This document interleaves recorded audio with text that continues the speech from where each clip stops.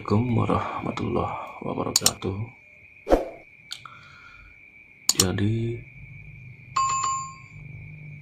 pada malam Kamis di kisaran tahun 2001-an ada dua orang datang ke rumah Mang Pesa. Nah, satu orang ini memang temannya Mang Pesa. Nah, temannya ini membawa orang lagi. Nah, mereka ini menemui Mang Pesa.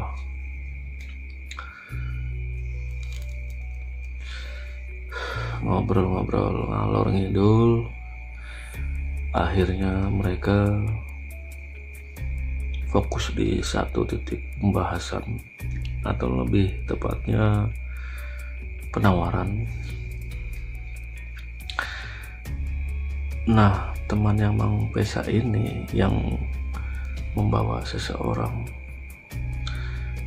bisa dikatakan seseorang yang dibawa ini ya sebutlah seorang yang mempunyai kemampuan linowih ya, atau bisa kita sebut dengan sebagai paranormal mungkin. Nah, temannya dan seorang paranormal ini menawarkan ke Mang Pesa, ada tidak tempat yang wingit di daerah sini? Ya, Mang Pesa akhirnya memberikan,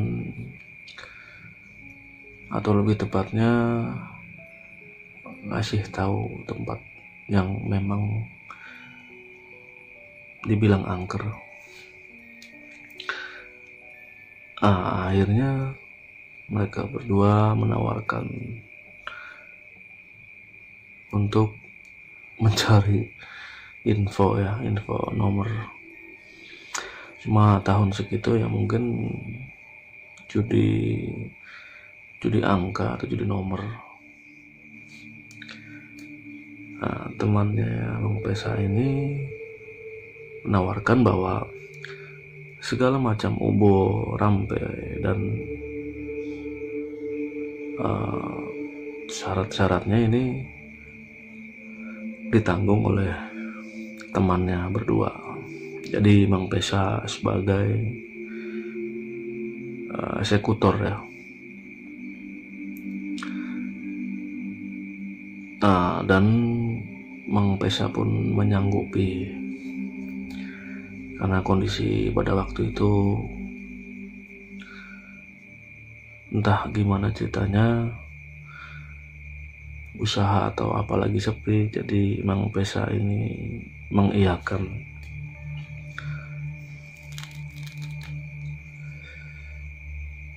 Singkat cerita, di malam yang memang sudah dipilih, mereka bertiga ini mendatangi sebuah pohon randu yang kalau dipeluk bertiga ini tidak cukup. Jadi ya saking besar ya mungkin ya. Tempatnya memang jauh dari pemukiman. Pohon randu ini dibilang ya ukurannya memang tinggi dan besar ya. Di sekitaran situ masih banyak pohon kebun pisang batu yang memang hanya diambil daunnya ya. Karena kita tahu sendiri pisang batu itu kalau untuk membungkus makanan kan sangat bagus.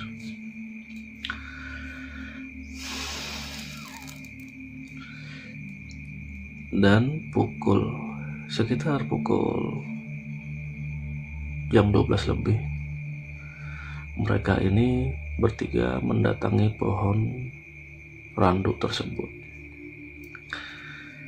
Nah, seorang paranormal ini bertanya, di mana pohon randunya?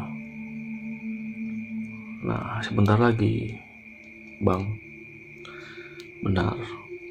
Nah, kisaran beberapa menit mereka sampai ke pohonnya.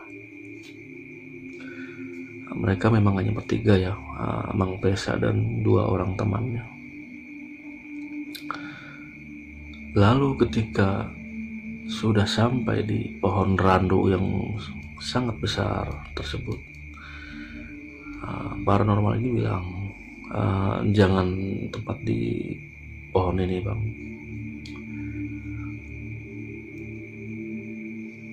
Ya, karena ternyata di sekitaran pohon randu itu ada satu buah pohon mangga ya, ukurannya tidak terlalu besar. Nah, mereka ini mundur lagi. Jadi kisaran dari pohon randu ke tempat ngumpul itu sekitar ada ya mungkin 600 meteran lebih ya. Nah, mereka bertiga mundur. Nah, ketika sudah mundur, Mang Pesa disuruh membawa tampah yang berisi dengan berbagai jenis sesaji ya.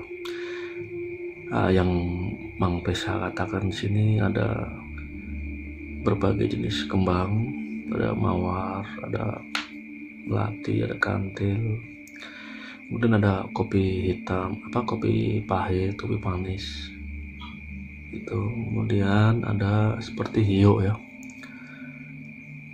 Nah, pas sudah mulai masuk ke sana, hionya tersebut dibakar. Nah, dari satu titik mereka kumpul ini, Mang Pesa membawa tampah dengan perlahan, karena selain menjaga keseimbangan, memang di sekitar situ sangat gelap, nyaris tidak ada lampu. Tentu dengan kedua tangan Mang Pesa ini membawa sesaji. Pelan-pelan membawanya dan diharapkan akan ditaruh di pohon mangga, karena kalau kata orang temannya ini, aura paling besar ada di pohon mangga. Dan paranormal ini bilang ke Mang Pesa, jika yang nanti yang hadir mata merah, jangan diterusin dan jangan lari. Ingat, tidak boleh lari. Nah, kembali lagi ke Mang Pesa yang sudah membawa ancak ini. Perasaan Mang Pesa makin mendekati pohon mangga ini, rasanya tidak karu-karuan. Seluruh bulu kuduk berdiri, perasaan campur aduk dan ketakutan yang teramat sangat ya.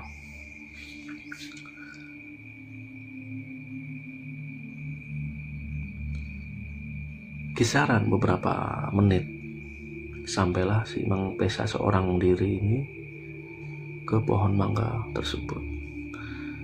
Ditaruhlah sesaji ini yang ada di tampah. Oh ya, tadi saya lupa menambahkan bahwa di situ ada satu buah telur ayam kampung ya. Nah, sampailah ke tempat yang dituju, ditaruh dengan perlahan-lahan ini sesajinya. Ya, lebih tepatnya untuk meminta nomor ya. Ditaruh, karena saking terlalu gelapnya, itu benar-benar sudut mata memandang itu sangat terbatas, 2-3 meter. ditaruh. Si Mang Pesa ini duduk bersila. Suasana semakin lengang dan tercium berbagai jenis bau-bauan. Ada bau seperti terbakar gosong, tapi di satu sisi disertai dengan bau wangi yang teramat menusuk hidung.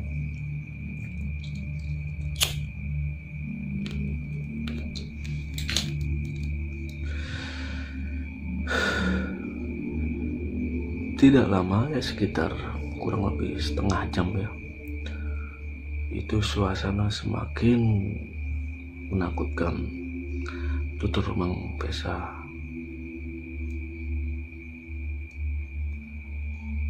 Nah, dari pohon mangga tersebut, Mang Pesa benar-benar mendengar seperti ada yang terjun. Jadi seperti ada suara lompat ya, 2 kaki, duk, diikutin lompatan berikutnya, duk duk duk gitu. Tentunya Mang Pesa kaget dan was-was. Nah, yang Mang Pesa lihat memang bukan penampakannya, tapi di sini suaranya itu seperti monyet atau hewan yang berebut makanan ya. Jadi suaranya tuh seperti gitu, seperti binatang yang berebut makanan gitu. Jadi saling berebut lah intinya. Tentunya Mang Pesa ini agak berdiri ya, karena istilahnya suasana semakin tidak kondusif.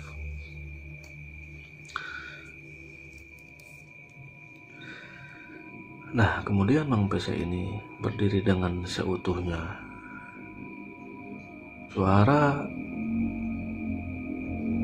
sesuatu yang berebut ini makin jelas dan sepertinya semakin banyak. Maaf, ada suara kendaraannya. Nah, ketika kesadaran Mang Pesa hampir lepas, karena memang yang Mang Pesa rasakan ini kepala semakin berat dan agak mual. Mang Pesa ini berdoa sebisanya ya. Kemudian tetap ada rasa tenang gitu, tapi tetap rasa merindingnya ini tidak hilang. Nah, ketika mata Mang Pesa melihat ke ujung pohon mangga, nah di sini Mang Pesa ini agak kaget dan lebih tepatnya ternganga ya. Ternyata di ujung mangga ini itu ada seperti bahu ya. Jadi pohon mangga kisaran sekitar 5 meteran ya tingginya, dan di situ ada bahu. Matanya mengikuti bahu tersebut makin ke tengah. Terlihatlah sebuah sosok bayangan.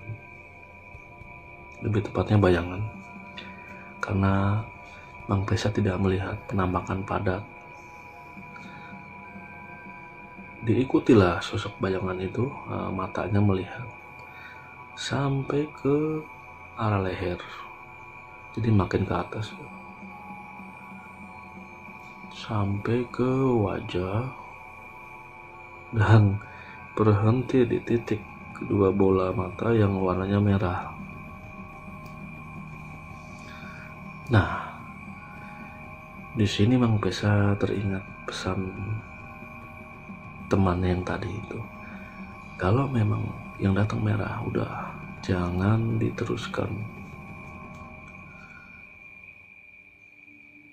Karena ini sangat berbahaya.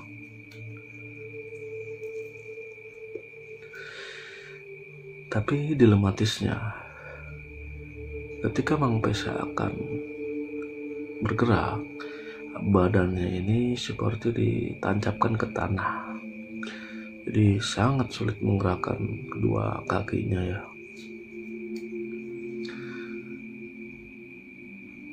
Dan bersyukurnya kisaran mungkin sekitar 10 meteran di belakang ini ada teman yang istilahnya paham tersebut, berteriak agak kecil, bang, mundur, pelan-pelan mundur. Tentunya Mang Pesa ini menoleh, wah temannya benar, dan ketika mundur pelan-pelan itu tentunya dengan perjuangan yang sangat ekstra keras, karena untuk menggerakkan kakinya ini terlampau berat.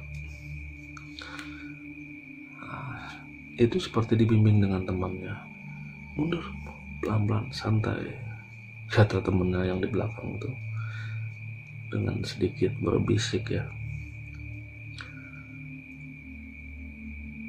Akhirnya mundur juga pelan-pelan sampai ke temennya yang seorang paranormal ini satu. Kemudian dipegang oleh temannya seperti dituntun. Nah, diajak ke pos yang pertama tadi, di mana awalnya mereka ngumpul. Dan paranormal ini memang sepertinya paham bahwa yang datang ini mata merah ya. Nah, singkat cerita, boleh dikatakan gagal dalam meminta info nomornya untuk undian.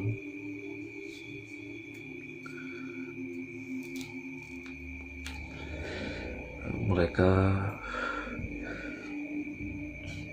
bertiga akhirnya pulang ke tempat Mang Pesa ya. Ini lokasi tempat nginfonya dari ke rumah Mang Pesa tidak begitu jauh ya, kurang lebih mungkin tidak sampai 1 kilo ya. Jadi rumahnya Mang Pesa itu agak ke kiri, di kanan kirinya itu masih ada kebun, sampai ke tempat minta nomor itu, dan masih sangat gelap. Kemudian mereka bertiga sampai ke tempat Mang Pesa ya. Di sini terlihat sekali ya, Mang Pesa telah kelelahan.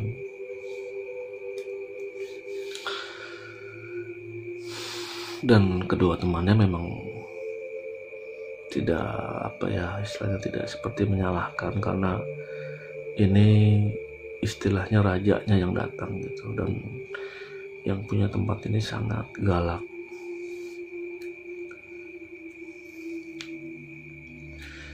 Dan mereka akhirnya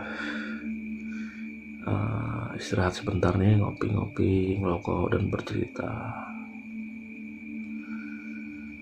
Dan tetap kondisi Mang Pesa masih kepalanya berat dan masih pusing ya, agak mual. Kemudian dinetralisir oleh paranormal tadi. Dan ketika 1 jam berlalu, mereka berdua pulang nih, temannya Mang Pesa. Nah, ketika sudah pulang, Mang Pesa ini kan membereskan gelas-gelas ya, dan mungkin sedikit makanan ringan. Ketika sudah mau masuk ke rumah, Mang Pesa ini dikagetkan dengan seperti ada teriakan ya, ada lenguhan, gitu kan. Tentunya Mang Pesa kaget, dan sejurus kemudian pandangannya menyapu ke arah depan rumah, dan kisaran sekitar 20 meter itu terlihat bayangan si muka merah itu ada di situ. Wah, tentunya di sini sangat ketakutan sekali ya. Mang Pesa langsung masuk ke dalam, kunci pintu. Nah, mendadak nih, Mang Pesa memang masih mempunyai seorang anak yang usianya masih 3 tahunan. Entah bagaimana ceritanya, langsung nangis itu anak. Seperti ada sesuatu yang tidak wajar lah. Nangis jadi-jadinya itu.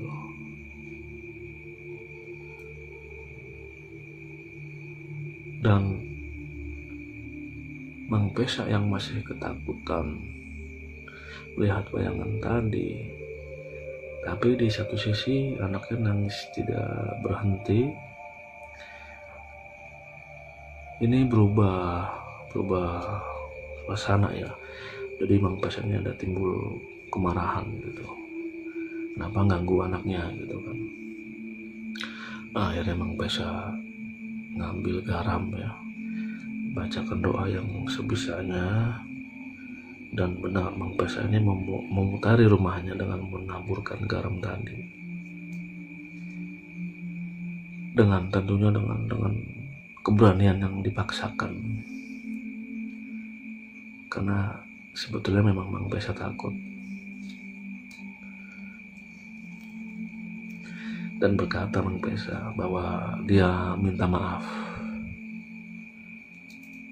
karena mungkin telah lancang ya itu.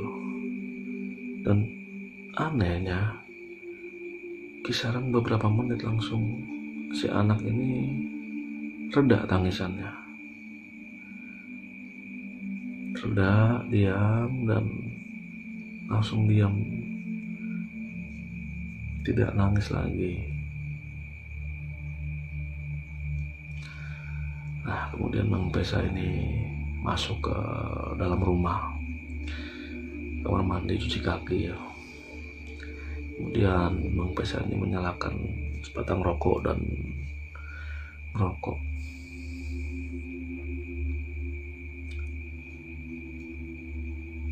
Jadi inti dari cerita ini adalah Mang Pesa kapok dan tidak akan lagi mau diajak untuk meminta nomor.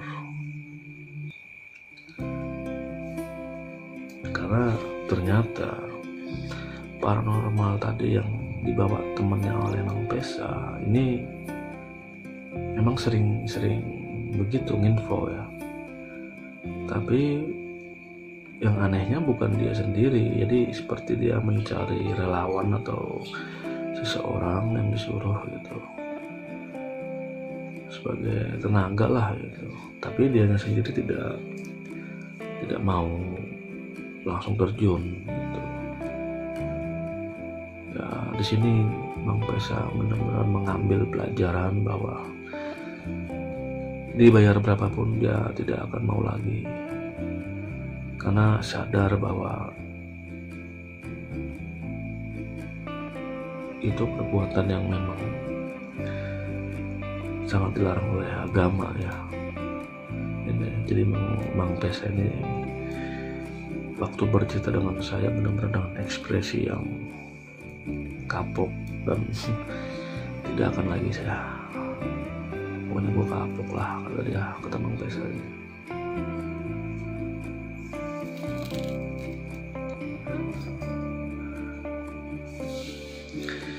Ya kira-kira seperti itulah cerita yang saya dengar dari Mang Pesa, dan di sini saya mencoba menggambarkan apa yang telah diceritakan oleh Mang Pesa. Kurang lebihnya atau tidak pas bahasanya saya minta maaf ya, tapi saya hanya berusaha untuk menggambarkan ulang atau mereka ulang. Kurang lebihnya saya mohon maaf. Mungkin baik buruknya bisa kita ambil pelajarannya, yang buruk kita tidak jadikan contoh, yang baik kita ambil sebagai pelajaran tentunya untuk saya pribadi ya.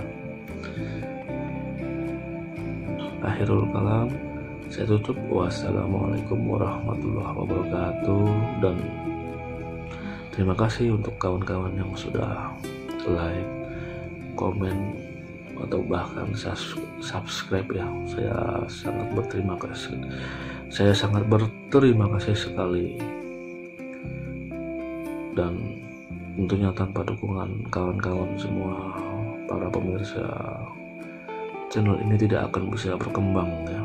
Dan saya mohon dukungannya. Terima kasih.